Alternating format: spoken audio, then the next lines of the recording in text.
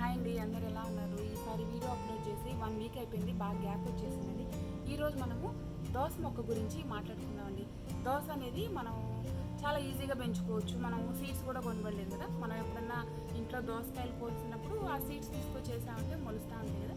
So ఈ దోసకాయలకి ఒక చిన్న టిప్ ఉందండి. అంటే మనము దోసకాయల్ని పందిరి మీద అల్లిస్తే మంచిదా, లేకపోతే ఇలాగా నేల మీద డైరెక్ట్గా వదిలేస్తే మంచిదా అనే దాని గురించి మాట్లాడుతున్నామండి. సో మనము దోస మొక్కల్ని ఎప్పుడైనా గమనించినప్పుడు ఇలాగా కాండం మీద, అంటే ఈ తీగ మీద అంతా చిన్న చిన్న ముళ్ళులాగా ఉంటాయి కదా. ఇవేంటంటే ఇది దోసకు కానీ గుమ్మడికి కానీ ఇలాగా మొత్తం ఉంటాయి అన్నమాట. ఈ చిన్న చిన్న ముళ్ళు లాంటివి మనము వీటిని నేల మీద వేసామనుకోండి, ఏమవుతాయంటే ఈ ప్రతి పార్ట్ దగ్గర మనకి ఎక్కడన్నా మట్టి కనుక తగిలిందనుకోండి, అక్కడి నుంచి మళ్ళీ వీటికి కొత్త వేళ్ళు వస్తాయి అన్నమాట. అంటే సపోజ్ ఇప్పుడు ఇక్కడంటే మాకు కిందంతా ఇలాగా చెక్క ముక్కలు ఉంటాయి. సో ఇవి మట్టి ఇక్కడ ఉండదు. మట్టి చాలా దాదాపు 2 ఇంచెస్ 3 ఇంచెస్ కింద ఉంటుంది. సో మనకు ఒకవేళ ఇక్కడ డైరెక్ట్గా సాయిల్ ఉందనుకున్నాం. ఇప్పుడు ఒకవేళ ఈ పార్ట్ కనుక ఇలాగా మట్టిలో ఉందనుకోండి, ఇక్కడ నుంచి మనకి ఇంకో కొత్త వేరు వచ్చేస్తుంది అనమాట. అంటే ఇదొక మొక్క అయిపోతుంది. మళ్ళీ ఇక్కడి నుంచి ఇట్లాగా మనం కింద వేసామనుకోండి, ఒకటే మొక్క బాగా స్ట్రాంగ్గా పెరుగుతుంది. అంటే కొత్త కొత్త వేళ్ళు వస్తూ ఉంటాయి. అదే మొక్క బాగా పెద్దదిగా పెరుగుతూ ఉంటుంది అనమాట.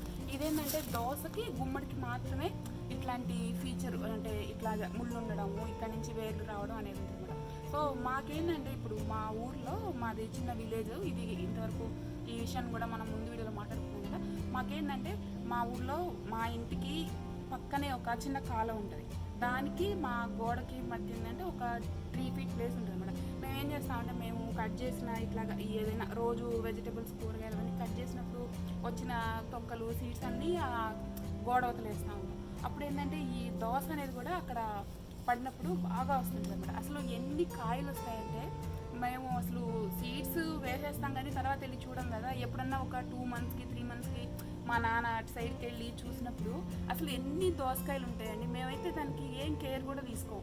ఎప్పుడన్నా వేసేయడము, ఒక 2 monthsకి మళ్ళీ వెళ్ళి చూసామంటే కావాల్సినన్ని దోసకాయలు కాస్తుంటాయి అనమాట. దోస అనేది పెంచుకోవడం చాలా తేలికైందండి. అసలు దోసకి పురుగులు కూడా చాలా తక్కువ వస్తాయి.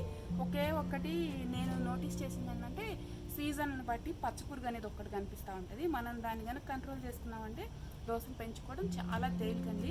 ఇదిగో ఇక్కడ చూడొచ్చు మీరు, ఇట్లాగా ఆకుల వెనక చూడండి ఎన్ని పచ్చపురుగులు ఉన్నాయో. ఇవేంటంటే మనం ఎప్పుడు ఈ పురుగులు ఆకులు వెనకే దాక్కో ఉంటాయండి. వీటితో వచ్చిన ప్రాబ్లం ఏంటంటే ఇదే అనమాట. మనం సరిగా చూసుకోకపోయామంటే ఒకటే ఒక రోజులో చెట్టు మొత్తాన్ని ఇవి డ్యామేజ్ చేసేస్తాయండి. సో అదే అండి ఇవాళ వీడియో. మనం ఎప్పుడైనా దోస మొక్కల్ని వేసుకున్నప్పుడు మనకు అవకాశం ఉంటే పందిరి మీద కంటే ఇలాగా నేల మీద ఫ్రీగా వదిలేయడమే మంచిదనమాట.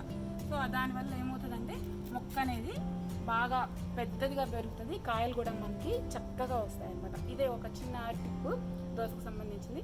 మనం మళ్ళీ నెక్స్ట్ వీడియోలో కలుద్దామండి. Thank you for watching and keep watching.